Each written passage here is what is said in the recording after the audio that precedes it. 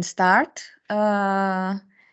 already. So hello to everyone and welcome to our webinar on digital infrastructure and health as part of the Space4Critical Infrastructure series. My name is Margarita Crisaki. I'm the Communication and Project Officer for Nereus, and today I have the pleasure to moderate this wonderful discussion focused on how satellite technology and applications can support the management and protection of health infrastructures. Just to remind to the audience that so far we built our discussion on many sectors covered by the adopted directive on critical entities such as energy, transport, drinking water, wastewater, and so on. But today we will touch upon a non-traditional sector regarding the use of space data, the healthcare sector, which is rather exposed to multiple potential risks, as you saw in our announcement, especially given the advent of COVID-19 and also the regulation in some applied in some European countries regarding telemedicine. Therefore, today, together with our esteemed speakers, we will approach healthcare fields such as telemedicine as a growing trend started in Europe, especially after COVID-19. Before I invite our first speaker to the panel, I would like to mention that the series are organized jointly by Nereus and EURISI. Nereus stands for the Network of European Regions Using Space Technologies, and we are the only association representing the interest of European regions using space towards the European community. And of course, our mission is also to promote the benefits of space technologies for the European regions. From the side of EURISI, I would like to invite Alessandra or Annalisa to share a few words about their organization, and then we dive into the discussion. Everyone, I hope you can see me and hear me well. So thank you very much for joining today. Thank you to the speakers. Thank you also to the participants. Very briefly about EURISI. EURISI is an association of space agencies. We cover actually most of Europe. So from the European Space Agency to the Italian to the German, we have the Belgian Space Office. We actually really try to cover the whole Europe plus Morocco and Turkey. We work on facilitating the relations between those sectors that are not traditionally related to space with the society. So trying them to find the needs and challenges and work together for facilitate the uptake of satellite applications. Health is one of the topics we worked on since many years. So it's a pleasure for us actually to go back on this topic, elaborate and look at the different solution existent, including satellite applications and satellite data. So I don't want to... Okay, I want to move forward, so I think we can start. Thank you very much, Alessandra. Today we have a very rich panel, so also from my side, I would need to be very short. Okay, just to remind to the audience that you can post your questions in the chat, which we monitor constantly, and then we will defer to the speakers for any questions you have. Now, it is our great pleasure to have here with us today Jacopo Ovarelli, who is a business consultant for USPA, and Marketa Kladisev, who is also a business consultant for USPA. Jacopo and Marketa, we would like to hear from you a general overview of the current and future EU activities in this domain. And how do you think that society, regional and local levels can better be involved into that? So thank you very much. The floor is yours. Thank you, Margarita. And yes, we have prepared a small presentation for this, and we will quickly review the slides. So let's start with a really introductory one. As you can see, we have thanks to the 2021 new EU space regulation, EUSPA was funded, let's say, on the basis of GSA that was taking care of Galileo since many years. And now we have, as a result, all the EU space activities under one umbrella. We are referring to EGNOS, that is operational since many years. Galileo as well was really the main area of competence, of exclusive area of competencies, EGNOS Galileo for GSA in the past. And now, after the new regulation of 2021, EUSPA has some responsibilities, together, of course, other European Union actors involved in space activities, on Copernicus, GOSATCOM, and other programs, including the freshly announced IRIS Square. This is an important step for us, and it allows us to provide market development activities and support the adoption of space, European space infrastructures, also in those new programs. Nevertheless, EUSPA has a long history of market development support. Indeed, in this slide, we have tried to summarize all the achievements of the last 10 to 15 years for what regards EGNOS first, and more recently also Galileo. And you can see, for example, that now we have Galileo used, adopted in more than 3 billion smartphones. We have an high usage of Galileo and EGNOS in road, automotive domain, agriculture, of course, so it was one of the first field of adoption. Or EGNOS and Galileo are pretty used in aviation. Aviation as well was one of the first adopter of satellite navigation by EU, and so on. So we have as in disaster management or timing and synchronization, that of course is pretty important for what regards critical infrastructure management. And more recently, we have also started to kick off, let's say, the market development in healthcare. And indeed, Marketa, I will leave the word to you to show what we are doing. Yeah, thank you, Jacopo, and good morning, everyone. And thank you for inviting us for this webinar.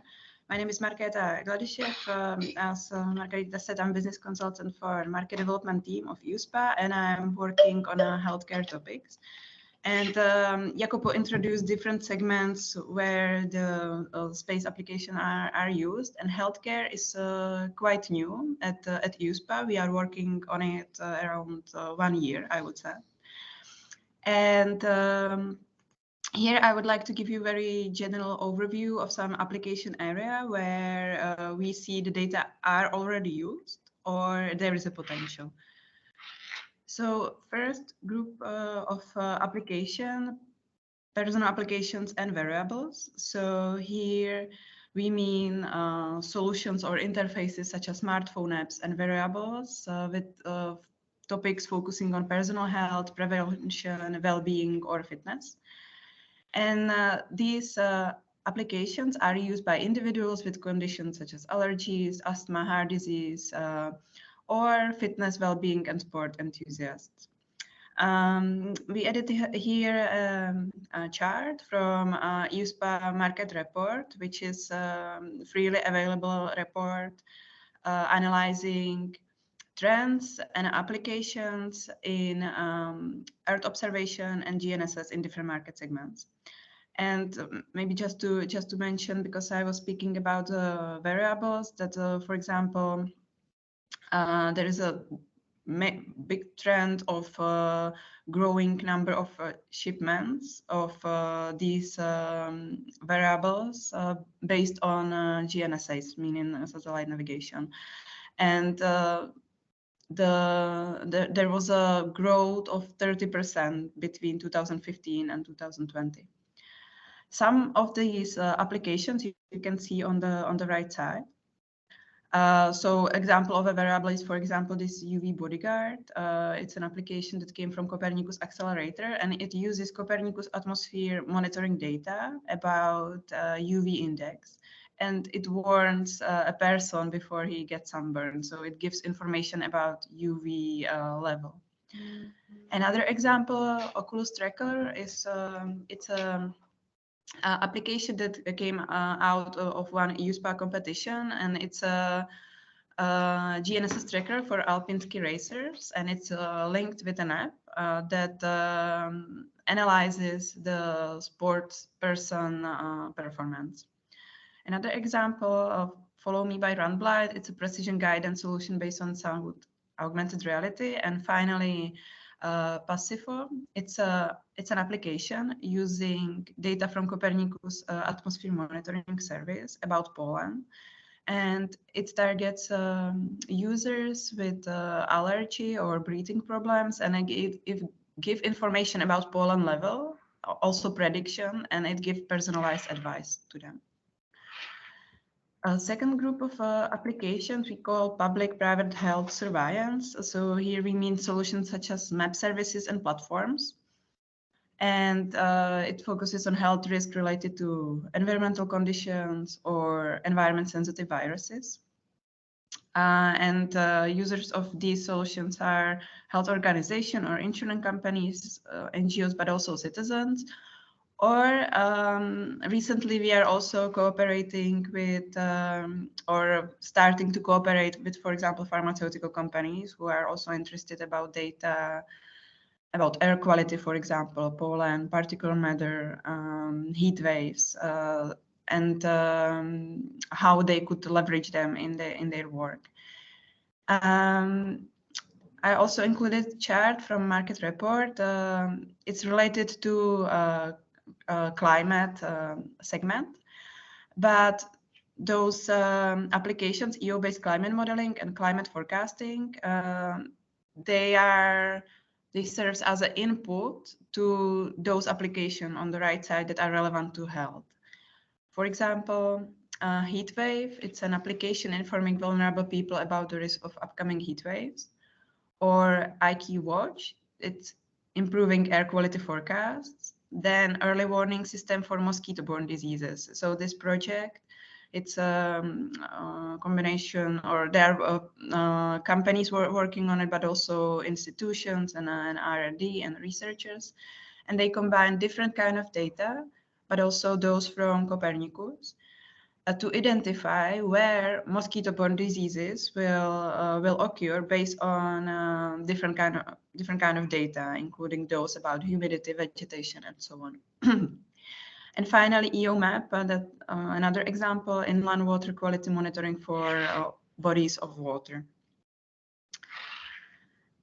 And finally, I would like to give an example of emergency management applications. So these are information for emergency response and disaster risk management. And users of this application are first responders or governmental agencies or companies implementing emergency services. And few examples of this category. So for example, UpZero, it was a winner of my Galileo drone competition organized by EUSPA. And this company developed a drone with a capsule. And this drone is using a signal from Galileo. And the purpose of this solution is to autonomously deliver medical goods or even organs or supplies. Then Galileo for automated external defibrillators. It's an existing ongoing project, and it explores a possibility to using Galileo to find a person in distress, the nearest defibrillator. And finally, EGNOS is used to navigate helicopters through the clouds and fog. And now I will give floor back to Jacopo to speak about some concrete EUSPA tools and activities. Yes, thanks, Marketa. So just the last two slides in which we want to share with you and what are the tools by EUSPA to support the development of new and innovative applications, including in healthcare domain. And so the key message of this slide, that is quite general, not really tailored to the healthcare example, but still we want to share this with you. is that EUSPA is supporting the development of application and services, so with tools like Cassini and Horizon, but also focusing on the development of the hardware application. So we refer to the Fundamental Elements Initiative, focusing on receivers, antennas, and chipset.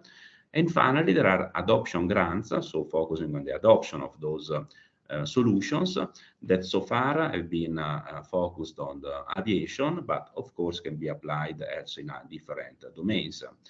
The second relevant element is that, as you can see, those tools, they target really small, let's say, entities, actors. So we have support to entrepreneurship through Cassini.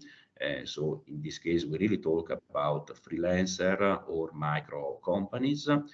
Then we have Horizon Europe, focusing on small, medium enterprises or bigger companies. So you can see that EUSPA is really committed to support the adoption of space technologies, European space infrastructures, for what regards every angle, both regarding the size of the actors and also the type of implementation. Focusing on Cassini, that is a program we really believe in. It has been recently introduced last year, basically, and there are many activities, tools supporting the development of innovative applications, from the developing stage of the solution, so the first stage, to the funding phases or the advisory, and finally the networking and support to sales, let's say. So from our end, we are done with the introduction, and we are looking forward to discuss to first assist to the other presentation, and then to discuss potential topics. Thank you very much, Jacopo and Marketa. Indeed, it's a new sector, as you mentioned, but very prominent, considering EUSPA's activities at the moment, ongoing activities. I have many questions, to be honest, for you, but I will stick to one question. In the beginning, Marketa mentioned about the use of space regarding disaster risk management. And then the question for both of you would be, if the use of space technologies for disaster management can ensure improved support for emergency medical services, given the IRIS-2 program and the national GovSatcom systems. Yes, we believe that, of course, those two new programs can be really useful, can make a difference. Nevertheless, first of all, we need to highlight how those programs are not yet fully deployed. This is especially the case of IRIS2 that have been announced only in last November, so it's really a matter of a month. So, of course, so far the main focus by all the European Union actors involved is rather on the, let's say, deployment engineering phase, rather than on the market development and its usage. Nevertheless, here in EUSPA, we have colleagues that are already developing adoption roadmaps, and as a matter of fact, we can foresee that both the programs will be relevant for what regards the disaster management. Indeed, even if we consider how to say, mobile communications like something that is wireless, in reality it is, and of course it is, but in reality it is really how to say, related to ground infrastructures that in case of major disasters, they might not work. So having the possibility, giving the possibility to the healthcare actors to have a sort of communication that is secure, that is available also in remote areas, well, we believe that can really make a difference. perhaps as in regards to all those mass market applications relying on secure communication in the sense of I'm thinking about IoT or machine to machine. Of course, it is something that we will need to see how will happen with regards to real implementation. It is definitely too preliminary, but still we are extremely positive and interested to understand how those new space infrastructures from Europe can make a difference in the healthcare sector. Thank you very much, Jacopo and Marketa. Please stay with us because then we will have more questions during the discussion. Next, I would like to invite Ms. Anka Angelea, working at the Open Science, Digital Innovation, Earth Observation Science and Application at the European Space Agency, who will share with us more information about a very, very interesting space-based tool, the Race Dashboard Initiative. Anka, we are all ears. Don't forget to unmute yourself, maybe.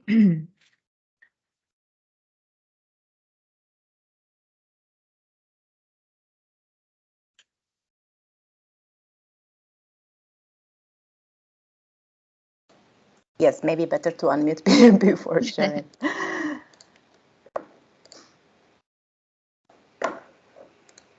Okay, I hope that you can see my screen. Yes, we can. Okay, perfect. So thanks a lot for the invitation to this webinar. It's definitely interesting to learn also about the works of USPA and the other colleagues and presenters here today. So yeah, my name is Anka Angela. I'm a technical officer with the European Space Agency, and today I will give a brief overview of this project that we've been running since a few years now, that's called Rapid Action for Citizens with EO. So I will just go straight into it. First of all, what is this Rapid Action Initiative? So this is an international cooperation on Earth observation that started in 2020. It was triggered by the COVID-19 crisis. And the objective of this initiative was to deploy some open source dashboards that can bring relevant information for society. So to provide open information for citizens regarding the impacts of COVID-19 on several elements of our society. This has, in the meantime, evolved as we are progressing out of the COVID-19 crisis and has now been rebranded into Rapid Action for Citizens with EO from the Rapid Action for COVID with EO. It's a technology-enabled project. It's an open source project. It is contributed or based on contributions from several agencies, and it has 2 deployments currently. So we have one international cooperation that is more global, and that is done together with contributions from our colleagues from NASA and JAXA, so the Japanese and the American space agencies. And we have the project that is called RACE, which is the one that I will present today, and that is done in cooperation with the European Commission, with DG DEFIS. It's an open science project, and we try to reach global presence, so trying to make the information available for everyone, and we managed to do that. So we reached over 146 countries, and you can see the number of users so far. And we're one very interesting aspect here is the open innovation aspect that I will touch a bit on towards the end of the presentation, meaning that we welcome contributions to this project by various industries, by various companies, and also by citizens. So what is the objective of this initiative? We want to provide a public platform where anyone can discover the value of Earth observation for data for society, and to provide also the tools in the hands of the people, so in the hands of the citizens, but also companies and interested parties to use this Earth observation data and try to get value for their particular interest or for their particular business. So to achieve this goal, we provide, of course, a lot of interesting content that is under the form of these indicators that touch on a large number of topics, and you can judge by the number of icons that are on the bottom of this slide some of the topics that we address. but also not just the indicators per se through the form of this web application that is, let's say, a WebGIS style application, but also to provide the means for computation, so to use this data and extract information and transform it into something that is meaningful for them, but also to promote their own information onto this platform. So this is what this community contributed part refers to. How is race relevant for critical infrastructure? There are several ways in which race is relevant for health and for critical infrastructure for health. I will not refer to the indicators that that we provide and that give information about the risks that citizens are exposed to, but rather more those indicators that can be relevant for health infrastructures. So I will touch upon two such topics. One is the supply chain indicators, so supply chain risk indicators, let's say, and the environmental and climatic risk indicators. So for supply chain indicators, there are, of course, critical health infrastructures are critical infrastructures by default, and they rely on supply chains like any other business. So there is a number of ways in which we can identify potential risks in the supply chain based on satellite data. One of them is looking at the trends in transportation, so availability of or risks to transportation of freight, so supplies for the health care facilities, but also in terms of raw materials, which are of course affecting all industries, not just the health industry.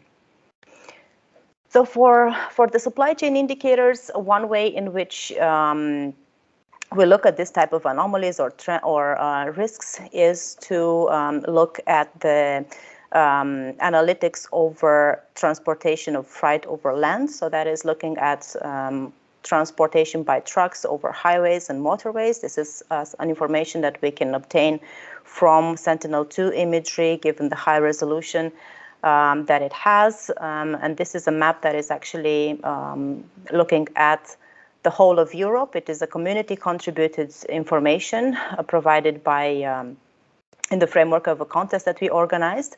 And what we look at here is monthly maps or bi-weekly maps that give the density of trucks over the highways. And you can compute over this map on-the-fly analytics over an area that is of interest for you. And what is nice to see here, we show a graph that is looking at the evolution by year, but we can do this also month by month, for example, or day by day, well, with the 6-day revisit frequency of Sentinel-2. And what we can see here is the actually identification of risk over 2020 when this transportation was drastically reduced. Another example is, again, in the transportation area, so detection of anomalies over important hubs. Here we monitor quite a large number, over 30 airports in Europe. And again, we can identify those anomalies in the activities at these international hubs. And compare this with the information, contextual information, let's say. In this case, what we see is detected planes. Maybe it's a bit small to see, but if you see those yellow dots over the airport, those are detected planes in Sentinel-2 imagery using AI. And the associated chart that looks at this long-term variation and where you can see some increases in the part planes, so that this means there's less activity there during that period of COVID-19 where the restrictions were in place. So that is where the red background of the chart shows. A similar detection, but with a very different meaning, is looking at anomalies at logistic hubs that are ports. So these are important hubs in Europe where raw materials are entering Europe through these hubs. So we look at those dedicated piers where we know that the specific raw materials that are useful for various industries are being provided. And again, we perform a very similar analysis looking at how many ships are being docked there and whether their docking is permanent or not. And of course, this is not coming just from satellite information, but is also complemented by other data. Here we see, let's say, a density map of vessels that comes from AIS information. So this is different information from satellite data, and is provided at a different level, right? But it's helpful for us to understand whether those detections that we see every 6 days are actually persistent or not. One very interesting indicator that we have, again, provided by satellite data, this is a combination of optical and radar data, is detection of anomalies at hubs where they store and distribute raw materials. In this particular case, we talk about oil. We know that there has been an ongoing oil crisis triggered by various geopolitical factors, and this is where we can look at long-term trends again over 4 main clusters in Europe. There's the Southern Europe, the Northern Europe, East and West, and what we see on this chart is actually the black line is the evolution of the level of oil in those tanks at particular clusters, and we can see the decrease and associate that with specific events. With respect to environmental indicators, probably you know that there is this checklist made available by the World Health Organization that looks at vulnerabilities at healthcare facilities in the context of climate change. Of course, when we think about critical infrastructure for health, it's not just the one in Europe that is vulnerable, because, well, you know, diseases are not bound by borders, as we saw with COVID-19. So vulnerabilities across the whole globe can impact also vulnerabilities in Europe, or can generate vulnerabilities in Europe. So there is a list of potential climate hazards that are interesting to look at. It contains floods, storms, sea level rise, drought, heat waves, wildfires, and cold waves. And you've seen some of these also in the previous presentation. But here on RACE, what we provide is satellite-based indicators that are normally at global scale and that can provide useful information to assess, so to contribute to the calculation of risk on any of these elements. Some of the information, just to give a few examples, this is related to the data that we show on air pollution. So we have data from Sentinel-5P Tropomi that provides global information about the presence of several pollutants and greenhouse gases. So that's nitrogen dioxide, sulfur dioxide, methane, and carbon monoxide. Carbon monoxide, probably you know, it's associated also with fire, so that can be an indicator of wildfires and where they spread. And we complement this information from Tropomi with information that comes from the Copernicus Atmosphere Monitoring Service that looks at much local scale over a number of cities in Europe, so 50 capitals in Europe. Another climatic indicator or environmental indicator is air quality. And again, you saw that USPA is looking at similar things. What we show on RACE is over a number of hotspots in Europe. So we have Barcelona, Marseille, Venice, and now we're complementing with the Danube Basin as well, and a few other rivers, the water quality in those regions. These are higher resolution products. So they are at 250 meter resolution from Sentinel-2 and Sentinel-3, but also complemented with products that are provided by the Copernicus Marine Service. So that's the CMEMS maps that you can see on the right, and that have a much longer time span, but a lower resolution at 1 kilometer. So these are a few of the examples that I wanted to give, but of course, what's important here is the open innovation process that we put in place. You see here the nice team patch that we have for our open science team. So this is an open science project. It's an open source library, and that's why we are able to have several deployments, also for Europe, but also globally. It relies on free and open data from Copernicus Sentinels, Copernicus services, many other indicators contributed by the community. It's based on infrastructure that is, let's say, we try to make it publicly available for the community to use.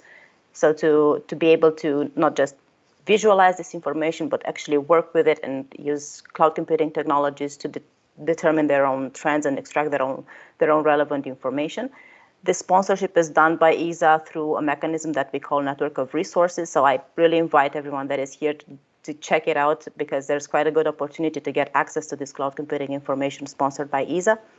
And the one important aspect is the community contribution. So all the indicators that we see on race are contributed by the community that is formed of European companies, but also citizens. We engage with the community through a number of events and initiatives. One of those were the race challenges, and some of the indicators that I've shown today come out of these race challenges that we organized. But we also have a number of tutorials and webinars that we organize. So this is what I would like to end with, the opportunities to participate in this project. Of course, it's possible to just request new features. Sorry, just Anka, Yeah? a few seconds, really few seconds, because we are out of the time. It's my last slide, don't worry. Thanks. One way is to interact directly with the project on GitHub. So it's an open source project, as I was saying. You can just submit your feedback if you have anything or request data. But important it is that we have also free Jupyter notebooks that you can access on the Eurodata Cube, and also the opportunity to participate to all these trainings that we organize. Next ones are IGARS and Phos4G, so I hope to see some of you there. And this is my last word. Thank you. Thank you. Thank you very much, Anka. Just to remind to the audience that they can share the questions in the chat. What I would like also to add is that we don't, during the debate, let's don't share any presentation so we can show our speakers. So from the technical point of view, maybe we can see that. Now, Anka, I have a question. I have many questions as well for you, because your presentation was so dynamic. The tool was so innovative. But together with Alessandra, we discussed a few questions. One of them would be the following: how did you move from a dedicated COVID solution to the current race dashboard? Thanks a lot for the question.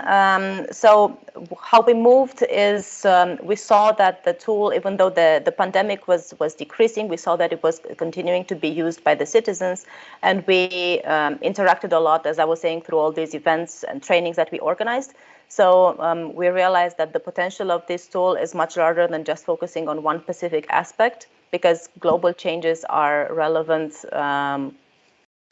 without the need for a crisis to be present, right? So this is why we decided to expand towards environmental monitoring and understanding the global changes with human activity. So the human activity and the specific societal aspects that we look at, agriculture, economy, so forth, remain in place as focus areas, but not only focused on COVID-19.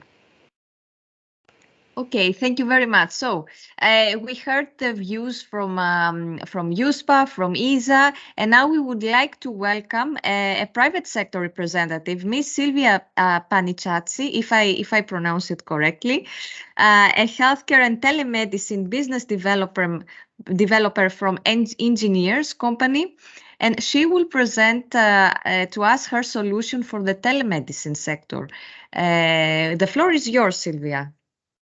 Hi, good morning, everyone. Can you see the screen? Yes, we can. Yeah. Okay. So thank you for the introduction. I am Silvia from Engineers. Engineers is an Italian small company. It was founded in 2014 as a spin-off company of the University of Pisa. And after 5 years as an innovative startup, we started growing, and now we are 20 employees. Most of us have a PhD PhD in information engineering. We are certified as with the ISO 9001 standard and with the ISO 13485 standard for the development of medical devices. In fact, engineers in the healthcare sector provides the answer to the increasing demand of technological innovation in the telemedicine sector, offering ICT solutions and so software solutions for remote patient monitoring and other telehealth services. Our experience in telemedicine was born together with the company, thanks to several European, national, and regional projects that have led to the finalization of our main product, EasyTelemed, which is actually certified as a medical device in Class 2A. One of our main project was SatNav EasyCare, Satellite Navigation EasyCare, partially funded by the European Space Agency to answer to the COVID-19 emergency. The idea of SatNav EasyCare project was born to answer to the several management problems arrived with the pandemic, and in particular regarding the monitoring of the clinical status of people treated at home, the minimization of exposure of the medical staff, the tracking of the position and the checking of movement restrictions of people subjected by quarantine regulations, and the tracking of contacts of people affected by COVID-19. So our proposed solution was to integrate navigation satellite technologies in our telemedicine solution, which was called EasyCare, to remotely monitor patients affected by COVID-19, allowing also early diagnosis and reducing hospitalizations and the risk of infections for the medical staff, to track the position and monitor the physical activity of these patients through a wearable device, and to geotag measurements and data to create, to draw and show epidemiological maps correlating the spread of the virus with the environment. The project foresee the integration of navigation satellite technologies, and in particular GPS and the commercial smartwatch into the EasyCare, our EasyCare telemedicine solution. EasyCare was composed of a cloud, which was a web-based application for doctors, and two mobile applications, home and professional. The home mobile application was for the autonomous acquisition of vital parameters by single patients, while the professional mobile application was for nurses and healthcare operators to be used in healthcare facilities, nursing homes, elderly homes, and so on. The goal of the project was to monitor the physical activity and positions of patients affected by COVID-19 through the integration of the commercial smartwatch and the use of global navigation satellite system technologies, and to geolocalize the acquisition of measurements to draw epidemiological maps to monitor the spread of the virus and its relationship with the environment by exploiting clustering algorithms. During this project, we implemented a large pilot in Tuscany here in Italy, involving in 1 year and a half about 5,400 patients and several general practitioners and continuity care groups. We registered about 27,000 accesses, more than 55,000 observations, and about 43,000 clinical diary entries. And so these are really great numbers. Going more into detail of the enrolled patients, we can see from this graph that in the first months there was the model based on self-measurements through the home mobile application, and so the number of patients enrolled was limited by the number of kits available, because each patient had its own kit composed of a tablet and some devices for the acquisition of vital parameters. Then in June 2021, we introduced the visit management, and so we can see a large increase in the monitored patients thanks to the use of the professional application by nurses and healthcare operator. This Atanavisy Care project led to the finalization of our main product, now called Easy Telemed, which is an innovative and complete telemedicine solution for the complete management of remote patient monitoring and other telehealth services. It is now composed of 4 modules. We have the web application, which is now called EMR Plus, because it is an electronic medical record with additional functionalities for remote patient monitoring and telehealth in general. For example, televisit, teleconsultation, telereferral, and so on. And then we have 3 mobile applications, which are dedicated to different end users and to be used in different scenarios on the territory. The home mobile application is for the autonomous acquisition of vital parameters at home directly by the patients. The professional is for the management of multiple patients through a single device by nurses and healthcare operators, both in healthcare facilities, but also during planned home visits. And then we have the point of care application, which is for the professional monitoring in facilities, for example, pharmacies or gyms, where there is not a predefined list of patients.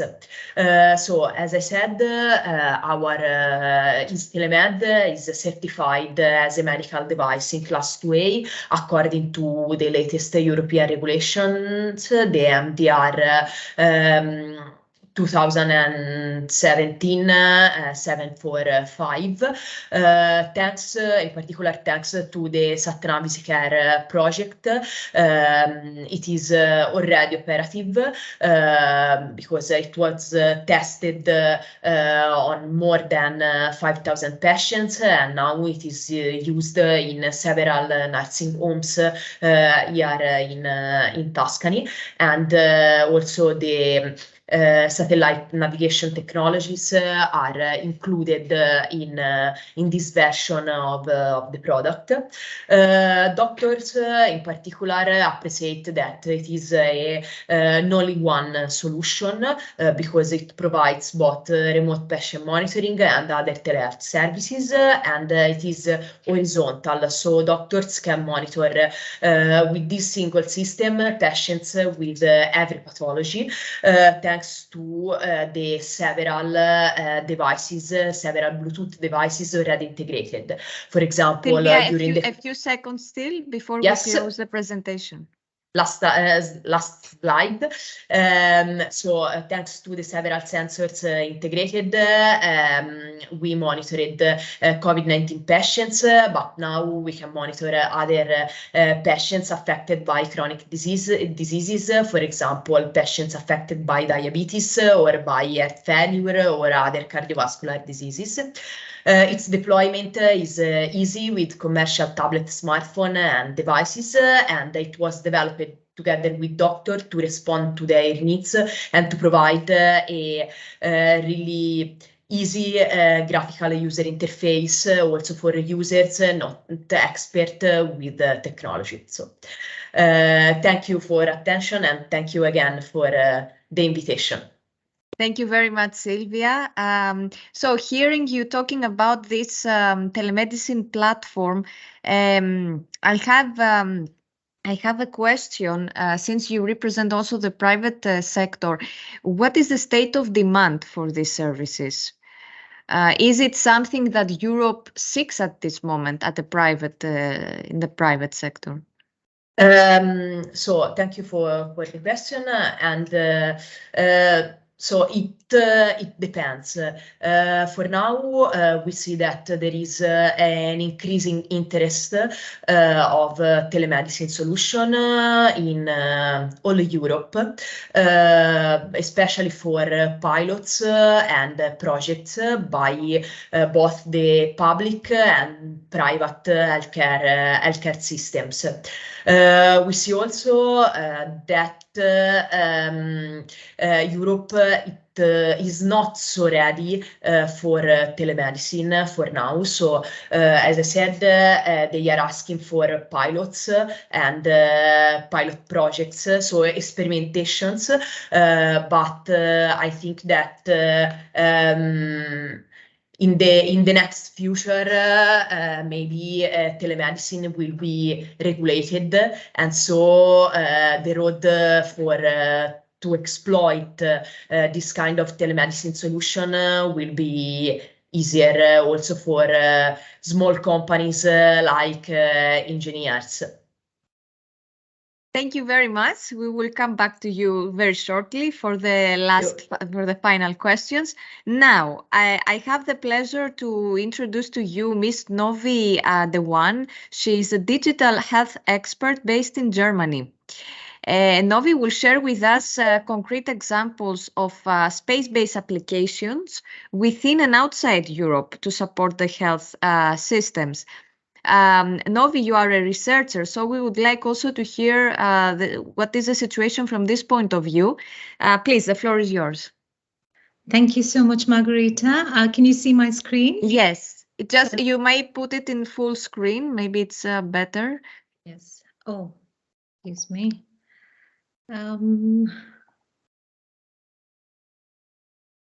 So down below, yes, excellent. Perfect. So thank you to wonderful panelists. I have to match to your wonderful, excellent presentations. Luckily, I have some of the elements that you covered. Now, to start with, I just want to set the stage by saying that any technology, whether digital or space, needs to be an enabler. What that means is it needs to strive towards advancing the healthcare credos, whether that's availability, equity, or timeliness. And so, for example, space can truly aid healthcare availability and accessibility. We'll see a wonderful example where space technology helps healthcare reach islands and remote areas in Bangladesh. Secondly, space-based technologies should enable opportunities for equity. By this, again, we mean that everybody, irrespective of the background, irrespective of the geographical terrain, should get equal access to healthcare in the ideal case. We'll again see how some marginalized communities get access to healthcare through space. And finally, timeliness. Now, the most beautiful possible solution of healthcare can be if it can help prevent avoidable disease or avoidable death. Some of my experience involves preventing avoidable blindness. In that case, too, if you have space, and we'll again have a beautiful example from ESA, in fact, where space was deployed in ambulances during COVID to help prevent avoidable deaths. So now to the first. Okay, so let's jump into how space technology was used in COVID-19. These are our most recent examples. The first is a telemedicine device. The second is a biological field laboratory, which was also used in Guinea for Ebola. And finally, of course, ESA's very own Copernicus Emergency Management Service. So Tempus Pro, and you'll see the real image shortly. Tempus Pro is a telemedicine device which was actually built for the European Astronaut Center, which is in Cologne, and it was loaned in solidarity for 3 months to SEM, which is Catalonia's emergency management medical service at the peak of COVID-19. Now here on the left image, you see how Literally, this Tempest Pro is being used to assess and communicate the astronauts' condition when they return to Earth. This is Thomas Pesquet. And what they do is to understand whether the astronaut, first of all, is fit to go back to normal life to Earth, and to also check how soon he can go back to space. And this was beautifully, again, developed by ESA's business application program. One of our colleagues mentioned how there's so much open source innovation as well. And the second picture shows you that this is such a robust device because the testing and validation were done at 2 Argentinian Antarctica bases, Carlini and Belgrano, where the conditions are truly analogous to the moon and Mars even. That's why they're tested there. Minus 35 degrees, rocky outcrops, just 1,300 kilometers from the South Pole. So it's a very robust device. Here, now the first picture you see, look at the size of the device. It fits in one's hand. So it's lightweight, it's portable. The image on the top left is literally an ultrasound, but it also does ECG. During COVID, it was perfect because they did patient vitals like heart rate, BP, temperature, respiration rate. And of course, where does the space component come in? In the picture below, you see this Iridium satellite antenna. This device was loaned to Barcelona, 2 of these, and each of this was in one ambulance, and then the antenna was on the ambulance. The beauty of this was there was a nurse and paramedic in the ambulance, but the doctor was remote, like as our colleague Sylvia mentioned, that the doctor didn't have to be restricted to one place, so he doesn't have to be restricted to one vehicle. Plus, he's safe from COVID, especially when there was a shortage of personal protective equipment. And these are the last 3 bullets are some of the comments that one of the nurses said, that the wonder of this device was its simplicity and operability. And in very hostile conditions, size reduction is truly essential. And most importantly, and this is an example of how timeliness can save lives, there have been many cases how a timely ECG of a COVID patient, because many of the COVID patients had comorbidities. People got worse if they already had diabetes, if they already had heart attack. So a timely ECG can save a patient's life. Now, the second example is a biological light field laboratory, which I mentioned was deployed in Guinea during Ebola and then also during COVID-19. In fact, it was deployed very much in the earlier part of COVID. This was very quick testing, a few hours instead of 24, which was novel if you remember for 2020. Now we have a few hours. It did molecular testing, so both virus and immunity, to decide if the emergency responders are fit to go back into the field. Now, the beauty of field laboratories, again, is that they can be conveniently strategically deployed at the epicenters of crisis. This is a project of amazing public-private partnership, ESA, University Louvain, Luxembourg Defense Ministry. And let's see if I can just play about 30 seconds of it. Okay. Completely autonomous from existing infrastructure on site by using satellite communication, Earth observation data, and geolocation. This significantly improves the laboratory's workflow and efficiency. So basically, there are different components of this response chain that is provided by the BeLife service. There is the front end, which is a laboratory with skilled people that are able to collect data, process them. They will take samples of the biological elements, inactivate them, so make them not dangerous. And then once they are analyzed, they will transfer the results to a back end with some servers that will redispatch the information to the decision makers. Its broadband satellite communication allows BeLife to speed up communication between field teams, control centers, and remote experts, even when regular communication infrastructure is down or non-existent. By using Earth observation, the team can create high-resolution maps for safety and security, such as epidemiological maps, while the geolocation component offers tracking of teams and equipment, as well as the geolocation of field samples. So we saw how Sylvia also mentioned about epidemiological maps. Our colleague in ESA mentioned too. So this is a fantastic example of the things coming together. And of course, ESA's very own Copernicus emergency management service was used in the health infrastructure mapping in Torino, Italy during COVID-19. Here you see the maps. On the left is basically the scope was to map and observe public gathering places, street markets and parks, and the right is temporary health facilities. The idea was to see that how well are the sort of so-called restrictions being adhered, what is the tendency of an outbreak, because if you see on the left, there are, I don't know if you see my cursor, but you can see the red parts, there are no longer those red parts. Same on the bottom left and pictures, the street markets have been halved. And the right side picture is a temporary health facility, which is literally a tent. This was activated by the Italian Civil Protection Department, again in April 2020. We remember how Italy was suffering, and I mean, people had solidarity too. There were already 135,000 cases by then. And the Italian Space Agency did so much to invest. They, in fact, invested almost 10 million euros. And within 3 weeks, there were proposals from various companies. 120 proposals came within 3 weeks, of which 100 were from Italy. So a lot of partnerships went into making this, but this is, of course, Copernicus's own management system. The idea is to see, for example, how does this assist healthcare? You see a triaging facility, a temporary tent.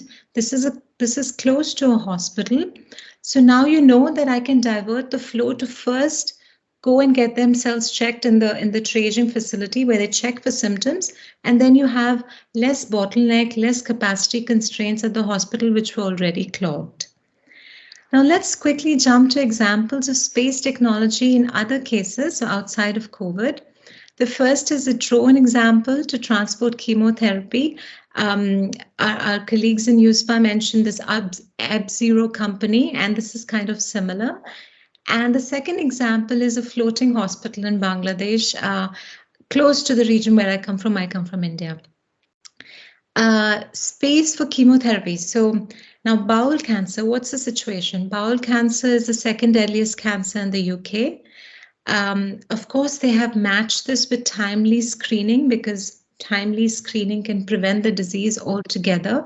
But what about the people who already have cancer? So earlier, what was happening, you see in the bottom left, the map, between Portsmouth and Island of Wight, it took 4 hours for anything to reach, especially chemotherapy. Chemotherapy is time critical, it needs refrigeration, and of course, it's critical because patients' lives are dependent on it. So this company, APN, backed by UK Space Agency, ESA, together created this electric drone, and they have piloted this project in July together with NHS last July. And the time was reduced from 4 hours to 30 minutes to deliver these chemotherapy drugs. It's electric drone, so carbon emissions are zero. In fact, it was also used for carrying COVID samples and test kits and PPEs.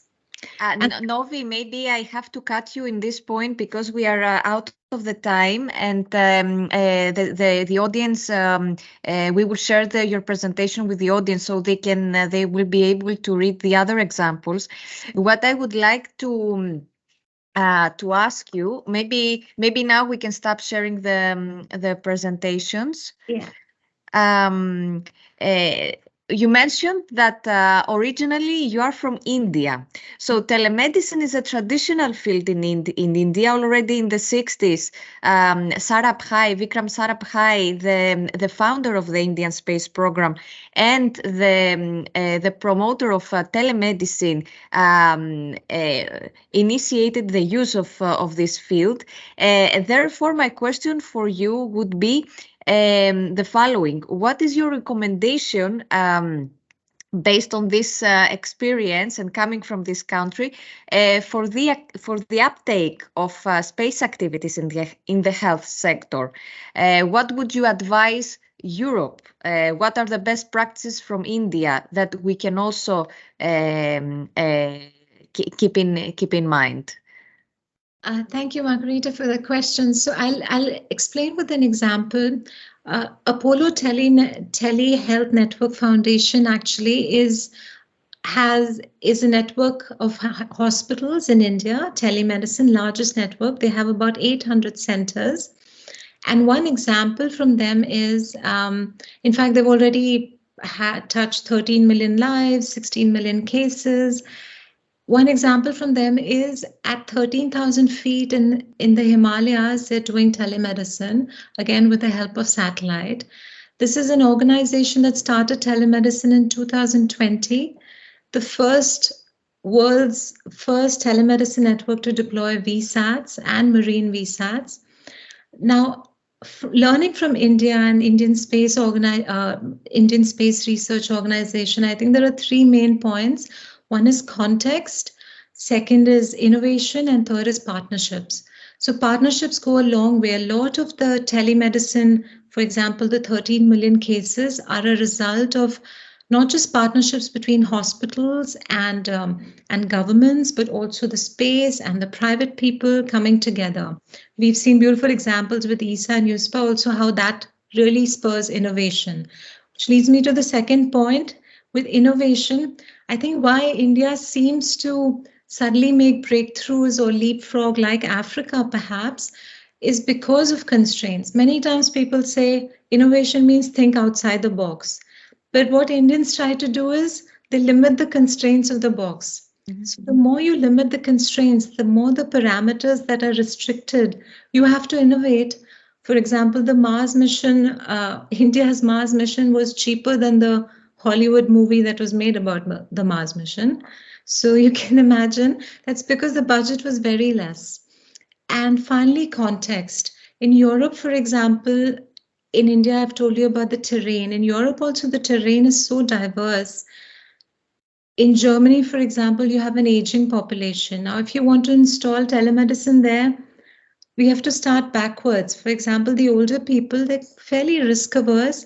And if they don't get an appointment, they go to the emergency department. So something like geotagging, which India is also doing, of the emergency department, where you see it's full of capacity, it's capacity maximum. So, okay, I can go to a different place. Or even one last point, even if the old person, they don't want to use the internet. In Rwanda, for example, instead of using internet for triaging, you put in your symptoms and all, you have a hotline. So this way the old person is consoled because there's a real person speaking on the other end. So I think these 3 points, context, innovation, partnerships, can really help with the uptake. Thank you very much for your feedback, Novi. And now we are close to the end. But before that, I would like to address one very significant question to all the speakers. And maybe I will start with Anka. She's she wrote me the message that will leave very soon. What are the main challenges to making space solutions operational in the health sector, given that this sector it's still something new for space? Thank you, Margarita, for this question. It's indeed an important question. I think many of the space solutions are already operational. So if we talk about navigation or communications, these are very mature fields and they are already serving operational needs for the health industry. When we talk about Earth observation, one of the challenges, there may be more, but and I think Nevi already mentioned quite a few approaches to address these challenges. One of them is that many of the things that we're presenting are still at R&D level. So this means that there's still quite a lot of expertise needed to work with the data, to produce all this information and to translate it into something that is understandable for the end user. So for those that are actually in the healthcare facilities or managing the health businesses. A second aspect, and also I think Nevi touched on that, is reaching to these to the interested parties. So in ensuring that there is this communication between the providers of the information, so the space agencies, but also the healthcare facilities. And actually, from my personal experience, probably you've heard now we have in ESA something that is called the Space for Green Future Accelerators, that is trying to reach to these end users, to these various industries that are not traditionally looking at Earth observation when they think about their supply chain or when they think about their vulnerabilities. Thank you very much, Anka. Anyone else who would like to take this question?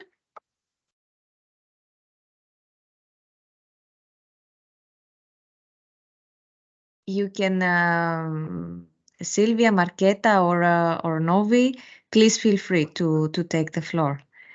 Well, I agree with Anka. That's actually what I was thinking as well. That one of the challenges is indeed awareness. I mean, it's obvious, but also from our experience, we are talking now with pharmaceutical companies, for example. Very important point. Very at the beginning, they were saying like, but space data, how we are related to this. And then we were saying, yeah, but you have Copernicus data about pollen, about air, about water. So it's not, you don't need to imagine like an astronaut when we say space. It's actually data that you can combine with what you already have. So one is the communication and the awareness. Then also what I see as a challenge as well is that to get the right insights, for example, for those pharmaceutical companies, they need a certain expertise not only in analyzing the data, but analyzing the Earth observation data. So there is also this, let's say, gap or the thing that sometimes we need to engage in a communication like Earth observation service or product provider that could deliver something to the pharmaceutical company. So there is the whole value chain of processing the data. So this is another aspect that it's quite challenging. Thank you very much, Marketa. Sylvia, any challenges you identify from the private sector? Yeah, so the main challenge in the private sector is to access the public sector for telemedicine, because of course in Italy and in many countries of Europe the healthcare system is public, and so for a small private company it's really difficult to access the public sector. The fact is that with we try to do projects and pilots in public entities to let end user try our solution and so receive feedback from doctors and patients for healthcare authorities. It's what we did, for example, in the Satnam VisiCare project, because we did the pilot in the local health unit of Northwest and Central Tuscany instead of taking a private, for example, a private nursing home or a private hospital. And so this is our strategy. Thank you. Novi, if you have something else to add, let me know, although you already identified a few challenges, but if there are more, feel free very, very shortly, because we need to close now. Yeah, absolutely. I think everybody covered quite beautifully the constraints. One last constraint would also be to see the context from both supply and demand. So the supply side, of course, we said how Sylvia beautifully said the public sector access is difficult, but also the demand side. So is there a real need? In some cases, we're just deploying technologies when there's no need. So sometimes we have to be, if there's no return on investment, the doctors are very hesitant. And I'll just give you an example how AI, for example, just AI, many doctors are hesitant to deploy it. So you have to even present it in a way which is clever, where you say, oh, this is not AI telling you that this patient has a tumor. This is just a biomarker. So if you understand all the actors, and mostly regulators like ESA and government organizations like USPA have a seat on the table with the regulators. So once they convince the governments, then of course the insurers will pay for it. And once the insurers pay, then the doctors will encourage it. So I think it kind of goes top down like that. You underlined very important, interesting points, Novi. However, due to the lack of time, we would need to close. It would be also version number 2 webinar on digitalization and the health sector. I would like to thank the audience for staying with us till the end. I would like to thank the speakers for their great preparation, because it's not only what you see here, it's also a big preparation days ago, weeks ago. So thank you very much from Eurydice and Nareus. And then we will have a next webinar on Space4Critical infrastructure regarding space, this time, the other sector. And more information will follow soon on the date on that. What I would like to mention from my side, that health sector is a new sector, but you can see already that from the USPA, ESA, and also the private sector, but also from the research point of view, a lot of valuable efforts have been made. So it's something I found it, at least, that it's a prominent sector in Europe, and soon to be further developed. So thank you very much, and we will share the follow-up of the webinar together with the presentations of the speaker and the recording in the next days. Thank you very much.